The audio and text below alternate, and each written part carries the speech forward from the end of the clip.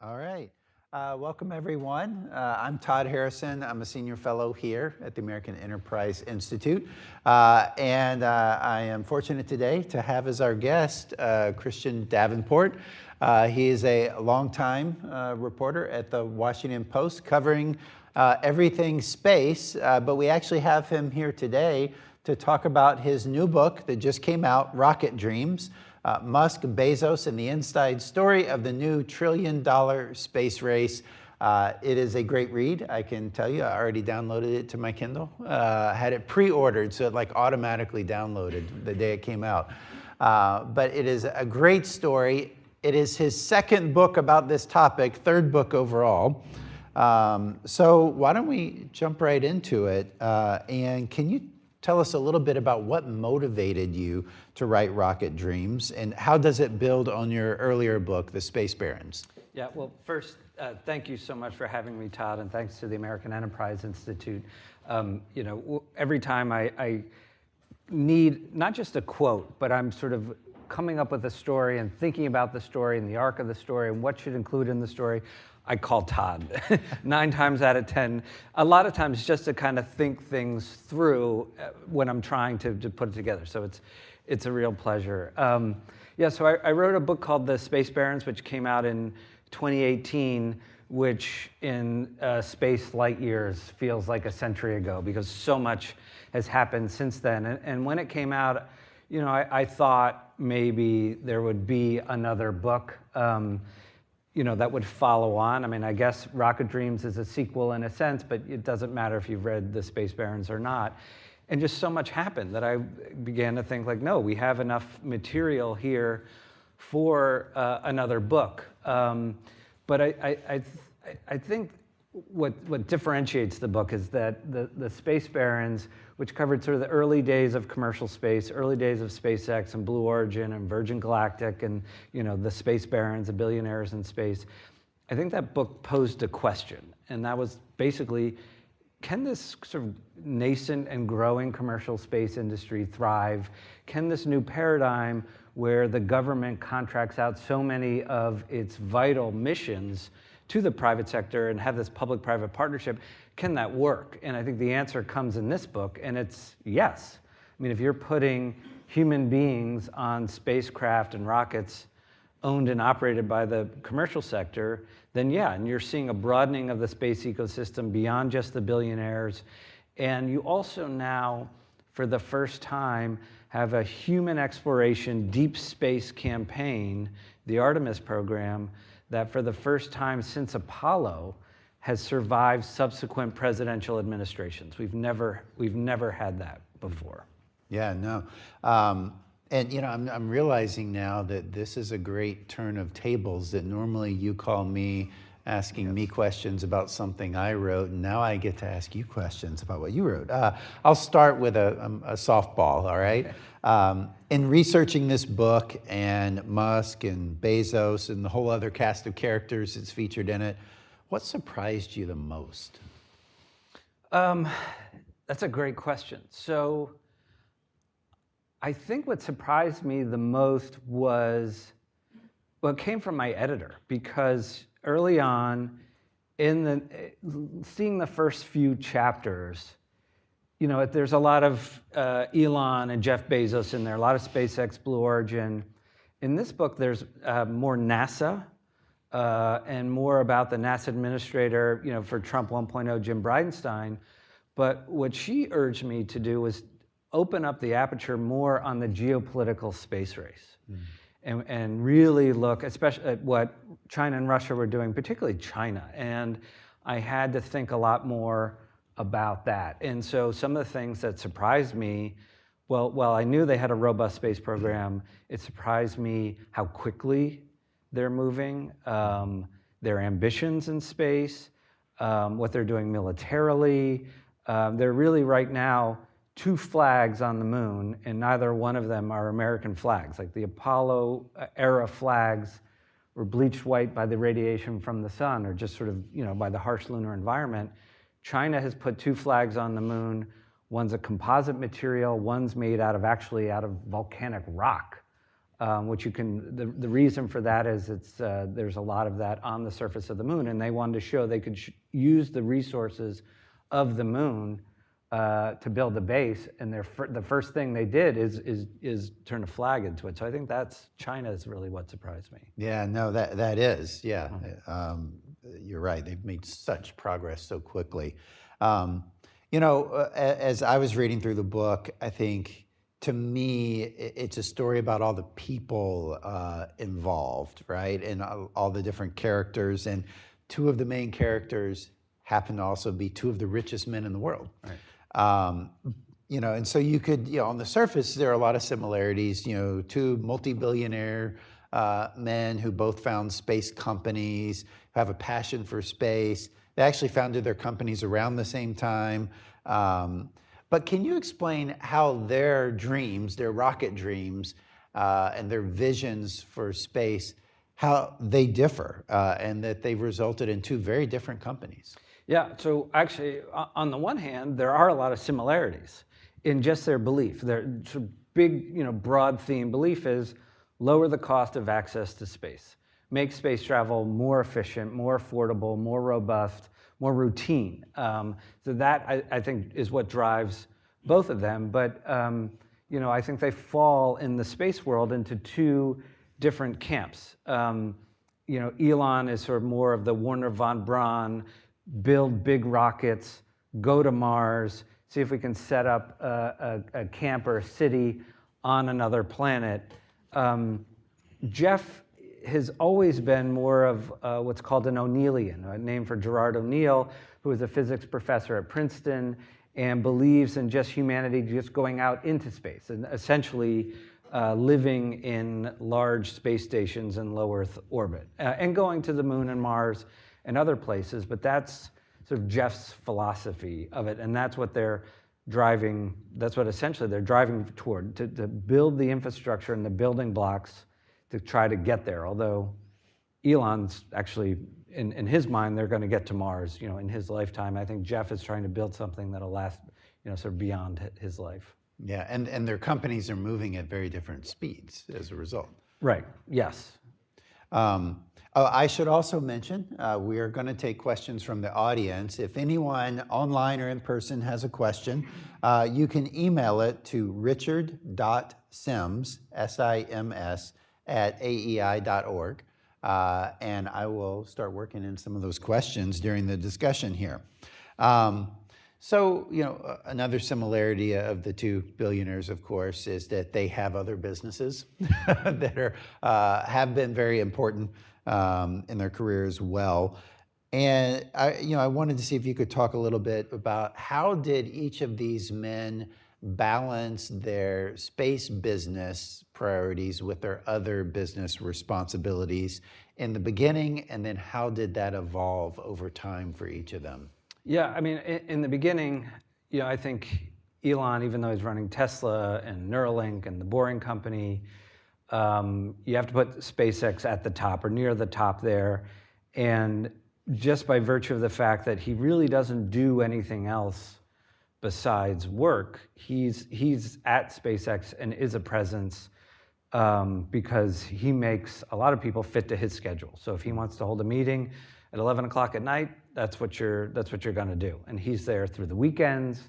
And that's sort of always been the pace. Obviously, there have been some distractions, and more recently, a little foray into politics, which I think was a distraction. And people were worried about, is he focused on SpaceX at this crucial time when they're building a rocket that would be necessary to land NASA's astronauts on the moon? And even beyond that, will that be a distraction, and will it somehow affect SpaceX, which is flying NASA's astronauts to the International Space Station? Jeff famously at Blue Origin moved very slowly. The first 2 years of the company, it had just a few employees. It was more like a think tank than a real company. They were just sort of thinking about space exploration and building rockets and what were the best way to do this. Then he famously went to Blue Origin on Wednesdays, had the occasional Saturday meeting with senior staff, and was trying to turn Blue Origin into, I think, a real competitor for SpaceX leading up to the pandemic. And then the pandemic hit, and as the CEO of Amazon, which was such a lifeline for so many people during the pandemic, got distracted by that and wasn't focused on it. But he has since then hired one CEO who ultimately left, and then brought in another CEO to sort of run it day to day. I mean, I think it's notable that Blue Origin didn't have a CEO for so many years. Yeah, I mean, so he was like de facto CEO, but then not present there. most of the time. Right. Yeah. So quite a difference there in how they've run their businesses. Now, as part of your research for the book, you were able to sit down and interview Elon Musk. And you describe him in the book as being very introspective and measured in one of your interviews with him. But you contrast that with his more combative public personality on Twitter. How do you reconcile those two faces of Elon Musk, and what impact do you think that duality has had on SpaceX? Well, so I interviewed him several times over the course of the narrative of the book for various projects, and interviewed him for the last book, and I've maybe interviewed him in person 5 times, including the last time was a brief interview in May. And the times I've interviewed him, I think I got him on good days, partly. I think that when I go into an interview with him, you can see what he wants to talk about. He wants to talk about technical details. He wants to talk about the future. He's not really interested in going back too much in the past, although, truth be told, I talk about technical details, we talk about the future, and I slip in a couple of questions about the past, because at that point, I think we've established a rapport. I just haven't, seen with me that sort of combativeness, but I know people who have seen it, and I go into it wondering, what's this going to be like? And because he has a standing rule at SpaceX, which is that if you're in a meeting, not with say government clients or a customer, but you're in a meeting like at SpaceX, and it's a waste of time, you think it's a waste of time, and you could be more productive elsewhere, you have his permission, standing permission, to get up and leave. And go be more productive, because that's ultimately what he wants. And he has gotten up and walked out of interviews with people, and he's done that publicly. But he's clearly gone through a change. Both of them have, and Jeff too. What we've seen just in the last couple of years. So it's been interesting to watch sort of the arc of their companies, but also them personally over that time. Yeah. So, pulling on this theme here of the interaction between these two men, in your book, you highlight some moments where the rivalry comes out into the public, often on Twitter.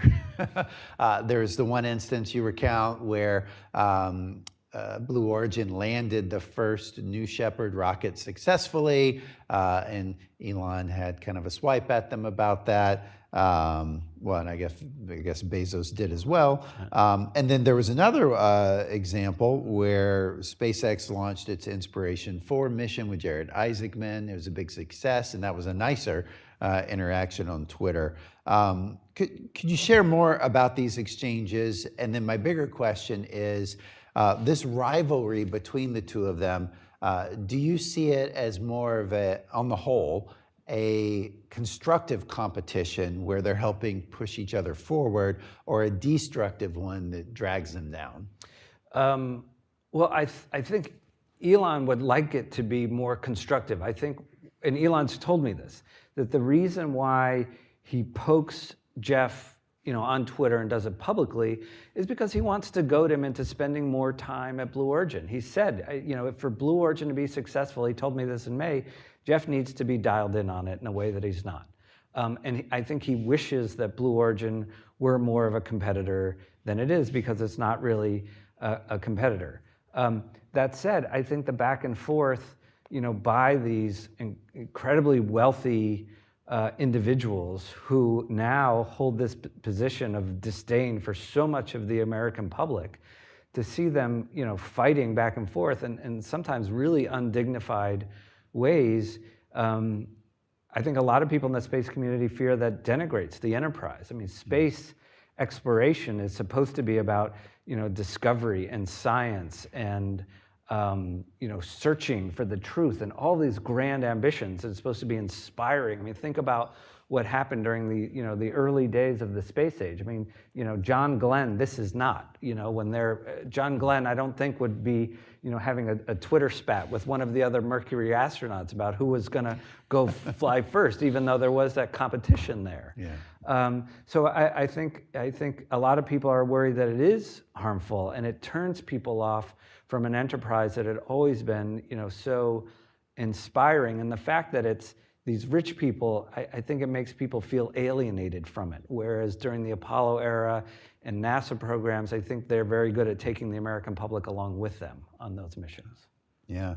Well, speaking of the Apollo program, a big portion of the narrative of the book here is around this competition to get back to the moon. And of course, during the Apollo program, NASA operated very differently. Effectively, it was like the general contractor where it designed, built, and flew nearly every piece of the program itself, of course, with many contractors in support of that. But in your book, you describe how the current effort to go back to the moon in the Artemis program is very different. The NASA is setting goals and providing funding, but it is relying much more heavily on private companies like SpaceX and Blue Origin to actually develop those vehicles, go out and test them. So could you talk about what drove that shift in approach and how you think it is shaping the balance of power and responsibility between the government and private industry in this new chapter of space exploration? Yeah, it's funny because I think a lot of people in the American public is waking up to this dynamic like today. Yeah. But the fact of the matter, as you well know, this goes back years, if not a decade or more, to the administration of George W. Bush, and this idea that we can outsource, at the time, flying cargo and supplies to the International Space Station. Under the Obama administration, that became flying astronauts to the International Space Station, literally entrusting the lives of NASA's astronauts to the private sector, and now SpaceX and Boeing have the contracts to do that. And now we see an extension of that paradigm from low Earth orbit, where the International Space Station is at, orbiting at about 240 miles, to the moon, 240,000 miles away, where NASA is looking to the private sector to build the spacecraft that are going to ferry astronauts to the lunar surface, as well as a cargo program where commercial companies are landing spacecraft without people on them on the surface, and that's already happened. So this is a fundamental shift in the way things have happened. When you talk about the very first question, like the difference between the space barons in this book, like all of that has happened, and all of that is in this book, where I don't know that we necessarily imagined that in the last book. Yeah, and then it sets up an interesting relationship then, between NASA and these companies, because as you said, NASA is literally entrusting the lives of its astronauts, but NASA also has its own priorities, and sometimes those might be different than the priorities in industry. There's a story in there, and I heard you talk about it at another event with former NASA Administrator Jim Bridenstine. I was hoping you could share part of it, where you've got Jim Bridenstine as NASA Administrator. He's got pressure from the Trump administration to get astronauts launched on a U.S. vehicle from the United States, because that stopped in 2011, I believe, when the shuttle was retired. So this is part of breaking our dependence on Russia for launching our astronauts into space. And he's got a deadline from the president, and he is trying to push SpaceX. And can you tell us more about how that story evolved? Yeah, so at the time, Jim Bridenstine, the NASA administrator, was trying to drum up interest in space, and they had a lot of momentum. They just reconstituted the National Space Council.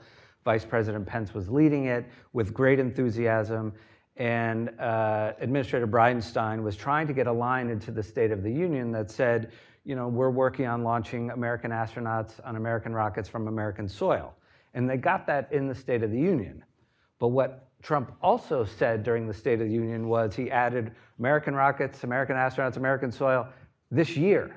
And Jim was thinking, oh, I don't know that I can deliver that this year. We weren't quite counting on that. That's the goal. And then he felt like he was under a deadline to do it and felt an enormous amount of pressure to do that. But also because, his first memory of space, he wasn't alive during Apollo. He's the first NASA administrator, wasn't alive then. His first memory of space was the Challenger disaster, when Space Shuttle Challenger exploded. And he's thinking now, I've got this first flight of American astronauts in almost a decade on my watch. And it's this private company, SpaceX, he wanted to ensure that that was going to go well, and became very concerned about Elon's focus on the program, whether it was going to be done safely, and I think worked to hold Elon accountable and went at him in a way that I don't know that anybody has, before or since. And he has said, Elon's a superstar, he's a billionaire, SpaceX has accomplished so many amazing things, we're dependent on them. That said, they are a contractor, and we've got to hold them accountable to meet these goals. Yeah, and I thought it was particularly interesting when SpaceX had the failure in testing with the Dragon capsule. They were testing some thrusters, and I remember at the time seeing video that leaked out of it, of the capsule just blew up. I mean, and you can imagine if anyone was in there, there was no way they would have survived that. But thankfully, this was in testing. Can you tell a little bit about the backstory behind that? Yeah, so this was the capsule that was, had flown to the International Space Station as a test for flying astronauts. It didn't have anyone on board, but it's getting ready to fly astronauts. And it's got what Space Shuttle did not have, this emergency abort system. And that's what blew up during a test. But years before, when Jim Bridenstine was in Congress, before he's even NASA administrator, he visited SpaceX and got a tour of the company with Elon. And he asked Elon bluntly, what's going to kill our astronauts? And Jim had thought it would be a part of the Falcon 9 rocket. At that point, the Falcon 9 had two failures, one on the launch pad, one during a launch. It had blown up twice. And Jim assumed that was what Elon's answer was going to be, but instead he said, no, we fixed that. What I'm worried about is this emergency abort system. And then that's what blew up. And Jim he went to him and said, you said this was going to be the issue, and now it's the issue. Like, what do we, and now NASA's engineers got involved and said, we think this is the fix, and SpaceX was pushing against that fix. So Jim brought out the whole team and the media and sort of confronted Elon and the SpaceX team at their headquarters. And I write about this in one of the chapters, and it was sort of this really dramatic moment where he took them to task. And in the end, they ended up agreeing and on that and some changes as well to the parachute. But it's extraordinary, and it's illustrative of that tension that we see between the government and the private sector. Yeah, no, and I mean, you got to wonder how many NASA administrators would have been willing to take on the richest man in the world, with a technical issue like this. And Elon Musk is no novice, Right. he knows what he's talking about as well. But yeah, that was a very interesting time, in the relationship there. I've got a question here from the audience. It's more of a predicting the future. If you were gambling, where would you set the betting line, the over/under, for number of Blue Origin launches in 2026? And I assume the person's asking specifically about New Glenn. New Glenn, right. How many New Glenn? Because that's their rocket that can actually put a satellite into orbit. How many launches do you think they'll pull off in 2026?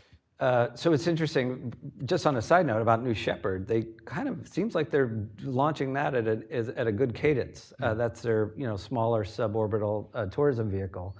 I think they get another launch of New Glenn this year, and then for next year, it depends on how it goes. I'd put it, 4 at the high end, maybe 2 at the lower end. something like that. What do you think? Yeah, I'm putting you on the spot. Yeah, I would agree with that. Yeah, I think if it's 2, I will be kind of disappointed for them. If it's 4, that's probably about what I would expect. If it's more than 4, then that's great. They're doing really well. Yeah. But yeah, we were discussing this before. I've been disappointed since they launched in January. They said the next launch would be late spring. Hadn't happened yet, so what's going on? So yeah, I think a lot of their business case is going to depend on how quickly can they ramp up and keep that thing launching. All right, so let's turn for a second. And again, if you've got questions from the audience, email richard.sims@aei.org.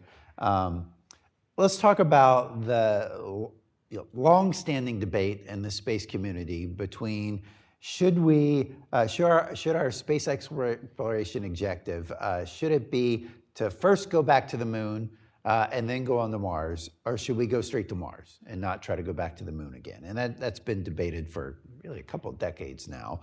And it seemed like that debate was settled. In the first Trump administration, they said very clearly, Artemis program, we're going to go back to the moon. Go to the moon first, Mars later. And then the Biden administration, a lot of people were watching like, uh-oh, are they going to change NASA's focus again? Well, they didn't. They said, no, we're going to stick with the Artemis program, go back to the moon. So it seemed like it was settled. And then in Trump's second inaugural address, he doesn't talk about the moon, he talks about sending Americans to Mars, right? And he's got Elon Musk sitting there a few feet away from him.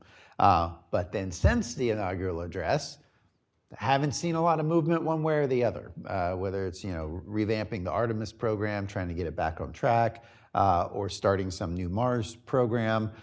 So I want to ask you, so when it comes to these 2 billionaires, Musk and Bezos, where do they each stand on the moon versus Mars debate? And how do you think that's influencing national policy and priorities? Right. So it's interesting. There was a little bit of a scramble to sort of get that into the end of the book, right at the deadline. A little bit of rewriting as Trump 2.0 was maybe potentially changing things. I think Jeff has traditionally, and Blue Origin has traditionally seen taking this as a step-by-step approach. That's why they start out with a suborbital vehicle, then you go orbital, create a space station in low Earth orbit, then go to the moon, and then go from there. That's what he's always believed that. And you see now, so many people in Congress believe that's the way to go. Chairman Babin of House Science and Senator Cruz in the Commerce Committee really think that the moon is the way to go for many, many reasons, because there's water there in the form of ice, there are resources there. We've been there, but we haven't built a permanent presence, which is what the Artemis program's all about doing. And perhaps most notably is that there is a real space race with China. And Congressman Babin is, saying now repeatedly as part of his stump speech that, we don't want to get back to the moon only to see a sign that says keep out in Mandarin. Elon, however, has always been about Mars. That is why he founded SpaceX. He went to look at NASA's website. This was even before he founded SpaceX in 2002, and wondering where the Mars program was. When are we going back to Mars? And ultimately decided that would be SpaceX's mission. You walk into the headquarters at Hawthorne, and there are images of Mars all over the place. There are even these, you wipe your feet on the mats, and there you see boot prints in red clay in the Martian soil. So they are all about doing that. That said, building the technologies that can get you to Mars, can also get you to the moon, and to some degree, building the technologies that get you to the moon can help you get to Mars as well. So also now, though, you see both companies aligning themselves with where the government wants to go, because that's where the money is. And I think ultimately that will drive it. So if Congress is successful, and it appears they are, because now the acting NASA Administrator Sean Duffy is just talking about the moon nonstop, and not just talking about the moon, but again, casting it in these terms of a space race with China that the United States has to win. Yeah, so then picking up on that, you recount a story in your book, and I was hoping you could tell us more about it, where Jeff Bezos is on a plane with his team from Blue Origin. They're flying into DC and they're going to submit an unsolicited proposal to help NASA get back to the moon. Can you describe that situation and his level of involvement at that moment? So this was going back to the first Trump administration. Actually, the story starts even before Trump had won the election, but before he had taken office, and Blue Origin had met with the transition team that's coming in and setting the priorities, and it was clear that under the Trump administration, NASA was going to be directed to go back to the moon. Blue Origin desperately wanted government contracts, desperately wanted to compete against SpaceX, which had won all of these government contracts. And in that meeting, two Blue Origin executives turned and said, if you want to go back to the moon, we can help you. We landed our New Shepard suborbital rocket, the booster. We've landed that a couple of times. We can build something like that and land it on the moon, which of course is ridiculous because it's nothing at all like landing it on Earth. And they kind of just made this up and then had to tell their bosses, like, you're not going to believe what we just did. We just pitched NASA on a moon lander, even though they didn't have any plans for that. So to get to your story now, Trump is in office. There's an acting NASA administrator, like Jim Bridenstine isn't even the administrator yet, and Bezos is going to personally pitch the acting NASA administrator on this plan for Blue Origin to build a moon lander for NASA, to help NASA get back to the moon. And they're on Jeff's private plane. He's with some Blue Origin executives, and they're going to meet with the NASA administrator the next day.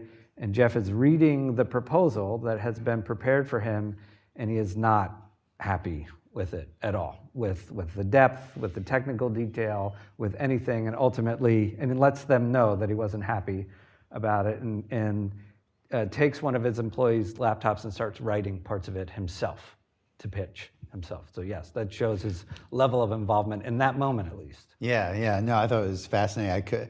It probably didn't feel well for those employees to be on the plane when Jeff Bezos takes your laptop and says, yeah, I'm just going to do it myself. Right. Yeah. And compares you to, the excellence that he gets from Amazon and Blue Origin not living up to his expectations and all of that. Yeah, and I thought the anecdote about how he doesn't like people giving him PowerPoint slides and stuff, that he likes, what is this, 6-page memo? Yeah. Where does that come from? That's an Amazon thing where you actually start a meeting, and I think they call it study hall, and whoever's leading the meeting will write this 6-page memo, and you take some time and just read it. And I think the idea is that, like PowerPoint, you can fake it, but if you're writing a 6-page memo, you have to go into enough detail to sort of show, to make your argument, to make the points, and it starts as a good discussion point. So Jeff is actually, he's a very good writer. I mean, obviously he's incredibly smart, and a good writer and a very thoughtful person. I think wants that from the people around him. He has high expectations. That would be a good approach for the Pentagon. I'm just saying, if anyone from DoD is listening, maybe instead of going into meetings with PowerPoint, just put out a 6-page memo and just stop and make everyone sit and read it. Yeah. All right, so let's go on to the SpaceX's Starship program. That's their big rocket. It used to be called BFR, and we won't say what the F in BFR used to stand for, but now they just call it Starship. It appeared to be making really good progress up through 2024. Initial test flights, they were getting lots of good data, making progress with each and every flight. And then it changed starting in 2025. They had 3 flight failures where the vehicle blew up before it could meet a lot of its test objectives. They had another vehicle, a 4th one, that blew up on a test stand. I know that, it's correlation, between when Starship started running into serious problems and progress stopped being made, and Elon Musk's involvement in politics and spending a lot of time at the president's side. But how much do you think, from your reporting, how much of an impact do you think that Musk's political involvement hurt SpaceX and the Starship program in particular? Well, so there are 2 schools of thought on this, and that's the first one, that SpaceX took their eye off the ball for a while. Maybe they lost the secret sauce. Elon's distracted. While he's away, there just isn't that, attention to detail and that work ethic. I think that there's some truth in that for sure. Probably maybe a fair amount of truth. I also think it's true that the development program for Starship is different than it was, well, for almost any other rocket. Yeah. But to compare it to, say, Falcon 9, where Falcon 9 is, they're making upgrades to it through all of the different versions, but they also have customers, and they're also flying, for the government. And that I don't think, even for SpaceX, which likes to push the margins and blow stuff up, I don't think they could do that as much with Falcon 9. I think with Starship, they're much more free to do that in a way that they weren't with Falcon 9, because it's not flying government missions yet. It's not flying commercial missions yet. So they can take more time at the front end, work through all the gremlins, and then get it right. That said, I don't want to give them too much credit, because I do think there were some mishaps that they do regret and went back and were like, yeah, we could have done that better. Yeah. Well, it is interesting that, with the Starship test flights, they weren't actually, in all the flights so far, they have not tried to put an object in orbit, right? It's all been just testing and collecting data, and they're trying to refine things like the reentry system on the upper stage Starship, which is very different than Blue Origin and New Glenn, right? The first New Glenn launch, it was intended to put a real satellite in orbit, a paying customer. It had to work the first time, whereas SpaceX is like, yeah, we're going to launch it maybe dozens of times before we actually try to put something in orbit. So totally different engineering approach. Yeah, and just one more note about Starship. I mean, for all the failures, they've caught the booster. I mean, well, first of all, you go back, just the fact that it launched, it's so big, 33 engines, the fact that it, launched is, kind of mind-blowing. Then they caught it, and not only that, the spacecraft, they have done a soft water landing where they pinpoint a spot in the Indian Ocean and actually put a buoy out there with a camera, and then the ship comes back and lands right where it was supposed to. So that's pretty extraordinary. But it's a totally different approach, that Blue Origin took with New Glenn, and that's more of the traditional aerospace NASA approach, where we're going to build it, we're going to test every single component ahead of time, we're going to take all the time and the money and the resources we need because it has to go right on the first launch. And I mean, it worked. Yeah. I mean, SpaceX is putting experimental heat tiles, on Starship that they're pretty sure are not going to work, but just to see, Yeah, because they want to see, where the ship comes apart and under what stress, and what are the margins, and so what kind of redundancy do we need? Yeah, and even after they've realized, okay, we can catch the booster, they've been bringing the booster back on a trajectory where they don't expect they will be able to catch it, just to see when does it fail. So you don't see other aerospace companies doing that kind of real world live testing. They try to do it all in simulations. It's a very different approach. I do have a question here from the audience about Starship. It was selected by NASA, even though Blue Origin was in there first, saying we can make a lunar lander for you, for NASA. SpaceX ended up getting that contract to build the lunar lander. Of course, Blue Origin then got another contract later, I guess it's like a backup lander or alternate lander. But SpaceX, they're way behind on their lander contract. Can you talk a little bit about that and the kind of frustration NASA has about that? Yeah, there are some real concerns about it. Starship is obviously, it's just enormous, so it needs to be refueled or refilled, as Elon says, on its way to the moon. We don't know exactly how many rockets it has to put into Earth orbit that carrying propellant to refuel it. That's a technology that would be incredible if they're able to do it, and I have no doubt that they'll be able to do it. But it's never been done before, and it's going to take a lot of time and experimentation because the propellant is so cold, it's just going to boil off. then even when you have that, you've got to land this enormous vehicle on the lunar surface. And of course, it's got to not just land, but then be able to take off again. And oh, by the way, it has to have all of the life support systems that astronauts are going to need. I mean, this is not a small to-do list that SpaceX has. And the thing is about SpaceX, they innovate, they ultimately accomplish these things that nobody thought was possible, but never on the timeline that they need. In this case, however, there is a national priority that has been laid out, from the highest rungs of government, that we are in a space race with China, and we need to return our astronauts there before China's can land on the surface. And at this point, it looks increasingly likely that China may get there before we return, perhaps in large part because of the Starship development. Yeah.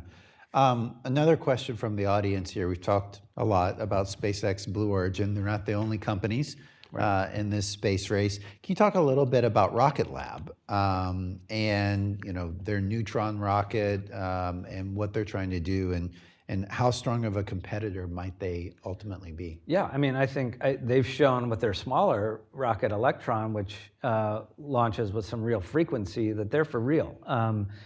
Peter Beck he's a great competitor, and he runs a really scrappy company that is providing an alternative. And I think the government is desperate for alternatives to SpaceX, that they're concerned that so much of the nation's space enterprise, not just for NASA, but for the Pentagon and intelligence agencies, is in this one company's hands. And they desperately want competitors to just be there, so that they can give SpaceX a run for their money, drive down costs, but also give them just some redundancy.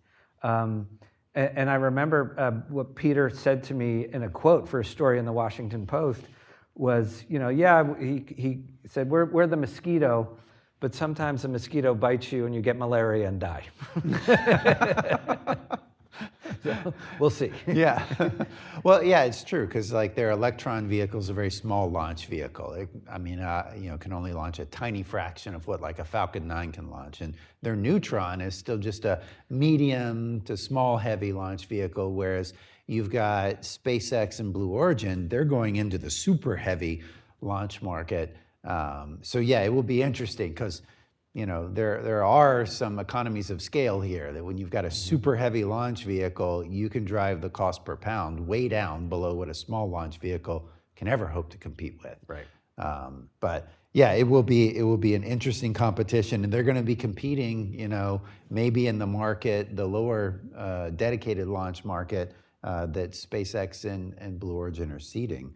All right. Let's see.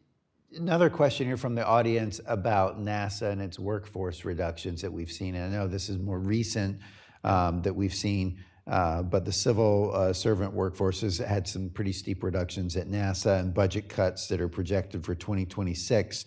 How do you think that's going to impact this space race and this competition, both among these companies, but also the U.S. competing against China in space?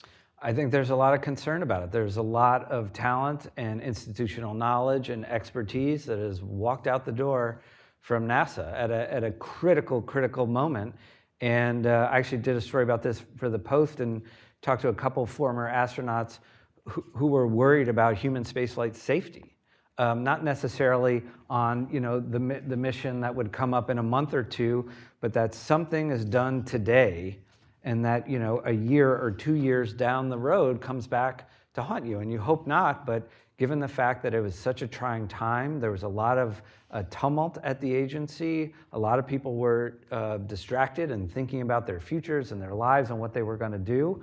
I think there is some legitimate concern about that. Yeah.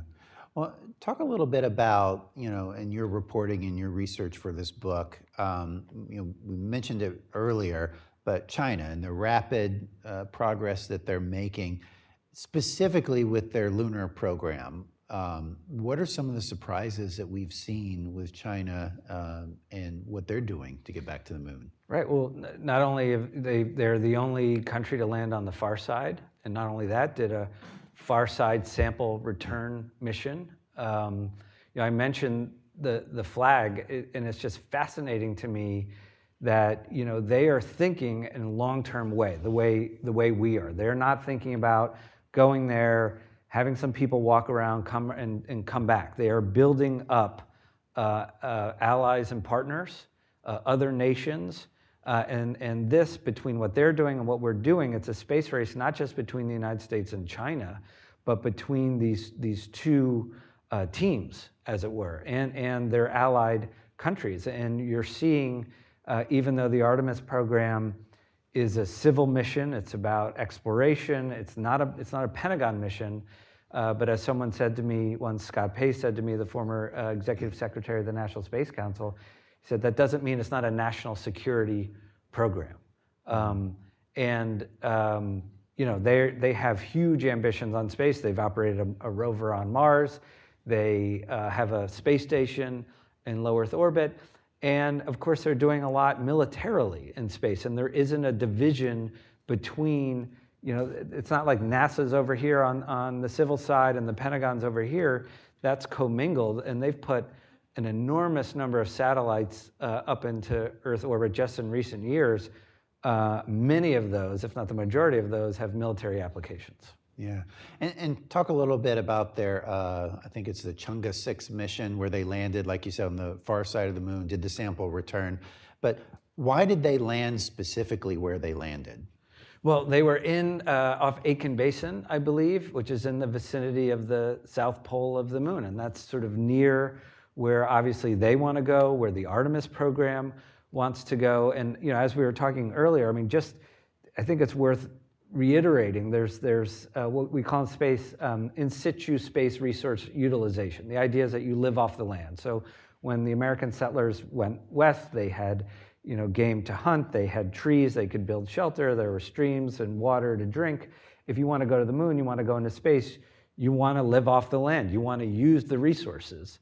And so China used basalt, or this volcanic rock from Earth, to build their flag. And they took the rock, they turned it into lava, I think it was like 3,700 degrees Fahrenheit, then extracted out these threads that were 1/3 the diameter of a human hair and wove a Chinese flag out of that. And now it's up on the moon. And if that's not a statement of, a symbol of sort of their intentions and the moment that we're in right now, I don't know what is. Yeah, so they're going there to stay. Yes. Yeah. And they've got plans. They're doing it strategically. They're not just going at random just to look around. They're thinking, like, how do we go to a place where there are resources we can utilize, water, ice, things like that. So question from the audience here. Besides China and the US, are there any other dark horse countries in this space race, in particular going back to the moon? Well, I think Russia's program has gone through a lot of change and tumult, and it's not the space power that it once was. But what's interesting now is the difference between this space race and the one, the Cold War space race with the Soviet Union and the United States, is that was us and them. I mean, there were two countries, two teams, two flags. Now each are assembling. I mean, we have the Artemis Accords, which is like more than 35 countries have signed on to sort of, help the United States go. And all of those, some of them are partners from the International Space Station, the European Space Agency. They have enormous capabilities. And I think you're seeing India too, for example. Should have mentioned them up front, which has shown enormous ambitions and capability in space and looking at the moon as well. So yes, I mean, I think a lot of countries are waking up to the importance of space, the importance of the moon, and the importance of building the technologies to get there. Yeah. So you're seeing China building rockets that look a lot like, SpaceX's rockets that can be landed and reused, for example. Yeah, no, and it's a great point on India that, I mean, in many respects, they're the fourth major space power, right? That, China's on the rise, Russia's on the decline. India's also on the rise. On the rise, yeah. Yeah, they're not where China is yet, but they've got ambition as well. All right, so kind of big picture question here.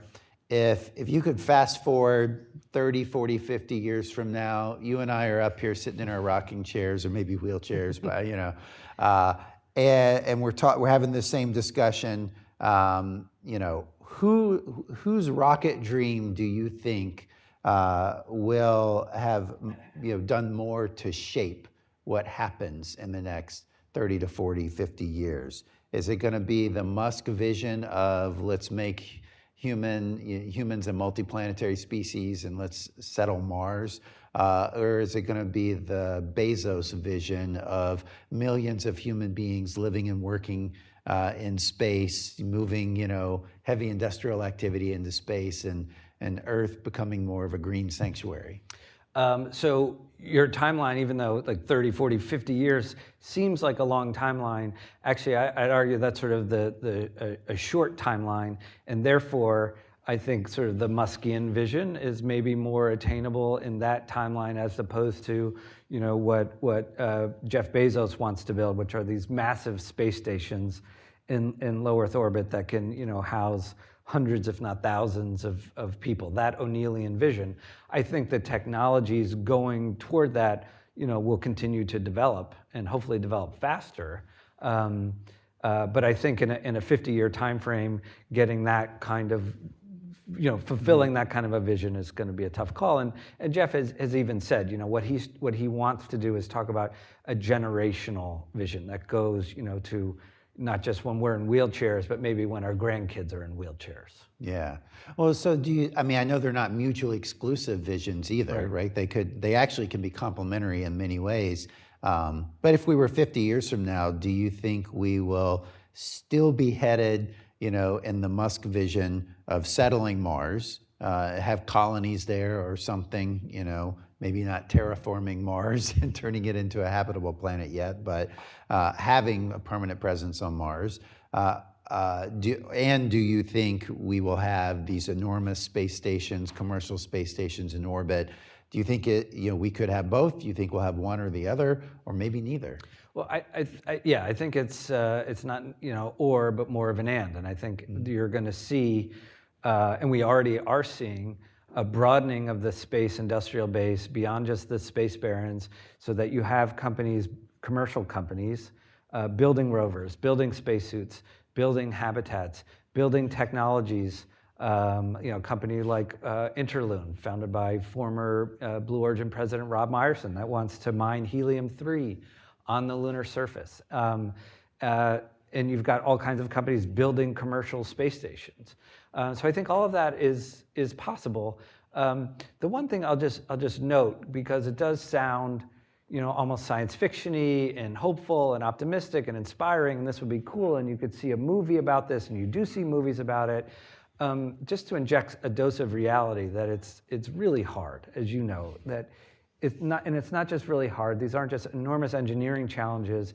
It's also really dangerous. And I think that people romanticize space travel, but the fact of the matter is, it's so dangerous that people are going to die. And that's you can almost just say that. Going to Mars it's going to be so hard, and that there are going to be accidents along the way, and you wonder what will be the reaction to that when that happens. Well, we do have a question from the audience that kind of gets at that. So let's pull on that thread a bit more. So, in the book, you definitely show how Musk and Bezos are very driven by ambition and vision, and they're hard-charging people. But there are some serious risk involved in space launch and space travel. How do you see the government and kind of our society as a whole balancing between those ambitious, forward-leaning, innovative, entrepreneurs who want to go out there and push the limit, and then the need to make it safe and reliable? It's such a tension point, and that's where there's this constant pull and push. And we saw in the book where Jim Bridenstine and his leadership, he was pushing really hard for safety to make sure that they weren't cutting any corners and trying to hold them accountable. And now, SpaceX is launching NASA astronauts. They're on their 12th operational mission, something like that. It certainly feels like it's kind of getting routine, when of course it is anything but. And so it's always that question, what is and they say, and they confront it head on, that we have to stay vigilant. You can have a million things go right in a rocket launch and one little thing go wrong, and then all of a sudden you have tragedy. Yeah. And and how you keep that just level of rigor and diligence it's hard. It's hard, especially when you've done it so many times. That's why at SpaceX, they talk about it. They talk about how they have these paranoia reviews before the launch. What did we miss? What are the possibilities? That said, they fly their Falcon 9 rocket so often. Yeah. They have so much data on it. They understand that rocket more than any rocket's been understood in the history of rocketry. Yeah, they're I think well over 100 launches of the Falcon 9 this year. This year. Just this year. Yeah. I mean, there's no rocket in history that's had that kind of a launch cadence, so it's kind of amazing. And they want to get to the point with Starship where they're launching even more often than that. I mean, what has Elon Musk said about the Starship launch frequency? It's crazy numbers, right? Yeah, no, it is hundreds, multiple times a day. I mean, what the quote that gets at it for me is he says, with Starship and rocketry in general in the future, you want to be looking at your watch, not the calendar. Yeah. All right, so I know we're running out of time here. I've got one final question for you. It's a big one. I'm going to make you think hard. So currently there are 3 organizations that are developing spacecraft to carry humans to the moon. China's space program, they're developing their lunar lander. And then through NASA's Artemis program, we have both SpaceX and Blue Origin are developing lunar landers. Now, I'm not going to ask you to predict which one of those will arrive first, but could you share kind of your perspective, your thoughts on what it would mean for each of these players if they were the next one to successfully land humans on the moon? What would it mean for China? What would it mean for SpaceX? What would it mean for Blue Origin if each of them were the winner in this competition? Right. Well, obviously, it's a triumph for all of them, but for different reasons. I mean, with China, it is a huge statement about their technological capability, their engineering capability. It will attract a lot of countries maybe sitting on the sidelines to them. It'll be a huge tool of soft power. Also, a huge military coup as well. For SpaceX, it would be a triumph, but also the continuation and some degree of what's expected. We expect them at this point to be able to do this. We look at SpaceX now, I think, through a different lens and say, yeah, not only should you be able to do this, but you should be able to do this, in the coming years. Yeah. Which is maybe an unfair advantage given how hard it is, but if you were, heavy as the head that holds the crown. Yeah. For Blue Origin, it would be a triumph just because it's the fulfillment of Jeff Bezos' childhood dream, but also it would be a moment that says we're for real after all of these doubters, after years, after a couple of decades of not really accomplishing that much and being a disappointment. It would show that the momentum of the last couple of years has carried them to a moment where they are beginning to be on par with SpaceX, and also, is a real national, going entity that the government can rely on. Yeah, and there's always been this tortoise and hare analogy between Blue Origin and SpaceX. And Blue Origin, their mascot, their logo is a turtle, right? Yes, right. So they're feeding this, but yeah, at what point does the rabbit get so distracted that the tortoise actually pulls ahead? And maybe this would be that moment. Yeah. Right. All right. Thank you all for joining us today. Thank you, Chris, for being here. This is a great discussion and really a great piece of work. I would encourage all of you, go out there, buy it. We've got a QR code here where you can go find it, or find it on Amazon or wherever. And I know Chris has got some signature cards. So if you have a book, or if you want a signature card that you can put in your book later, stick around afterwards and we can do that. So I'd be happy to sign. Please join me in thanking Chris Davenport. Thank you. Thanks, Ben. That was great. That was great. A lot of fun. Thank you.